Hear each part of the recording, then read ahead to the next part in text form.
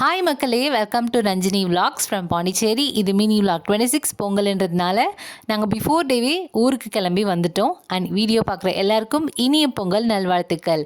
சென்னையிலேருந்து பெரிய மாமா பெரிய அக்கா பாப்பா வந்திருந்தாங்க. காஞ்சிபுரத்துலேருந்து சின்ன மாமா சின்ன அக்கா தம்பி வந்திருந்தாங்க. அண்டு சென்னையிலேருந்து சித்தி சித்தப்பா 2 தம்பி வந்திருந்தாங்க. ஸோ பொங்கல்ன்றதுனால எல்லாம் கூட்டமாக இருந்து ஜாலியாக இருந்துச்சு. பட் எங்கள் வீட்டில் வந்து பொங்கல் வந்து ரொம்ப சிம்பிளாக தான் பண்ணாங்க. ஏன்னா லாஸ்ட் இயர் பொங்கல் டைமில் தான் பாப்பா பிறந்தாங்க.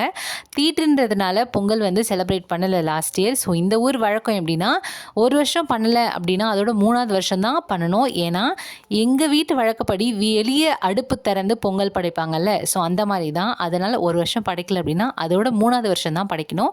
ஸோ பொங்கல் அன்றைக்கி வீட்லேயே சாமி கும்பிட்டு முடிச்சுட்டு ஈவினிங் போல் வீட்டு பேக் சைட்லேயே அப்படியே வயல்லாம் இருக்குது. ஸோ எல்லாருமே ஜாலியாக அங்கே போய் ஒரு வாக் போகணும். ஈவினிங் போல் கொஞ்சம் தூரம் போய் வாக் பண்ணிட்டு அகெயின் திரும்ப வந்துட்டோம். ஏன்னா ரொம்ப லேட்டாக வந்தால் வீட்டில் திட்டுவாங்க. ஸோ நெக்ஸ்ட் டே மாட்டுப்பொங்கல் வீட்டில் அப்படியே எல்லாம் செஞ்சு சாப்பிட்டுட்டு ஒரு 10 or 11 இருக்கும். வீட்டுக்கிட்ட கொஞ்சம் தூரத்தில் வந்து குட்டை இருக்குது, அங்கே தான் போய் குளித்தோம். எங்களோட பாப்பா வந்து அங்கே இருக்க மண்ணில் ஜாலியாக விளாட்னாங்க. ஆனால் என்னால் போய் குளிக்க முடியல. ஏன்னா எனக்கு இயரில் ஒரு சின்ன ப்ராப்ளம் இருக்குது. ஸோ நான் எங்கேயுமே முங்கி குளிக்கக்கூடாதுன்னு டாக்டர் அட்வைஸ். ஸோ நான் குளிக்கல, மற்றவங்களாம் ஜாலியாக என்ஜாய் பண்ணி குளித்தாங்க. நான் வேடிக்கை மட்டும் பார்த்துட்டு இருந்தேன். நெக்ஸ்ட் இயர் எங்கள் வீட்டில் எப்படிலாம் செலிப்ரேட் பண்ணுறாங்க, என்னெல்லாம் பண்ணுறாங்கன்றதை நான் கண்டிப்பாக போடுவேன்.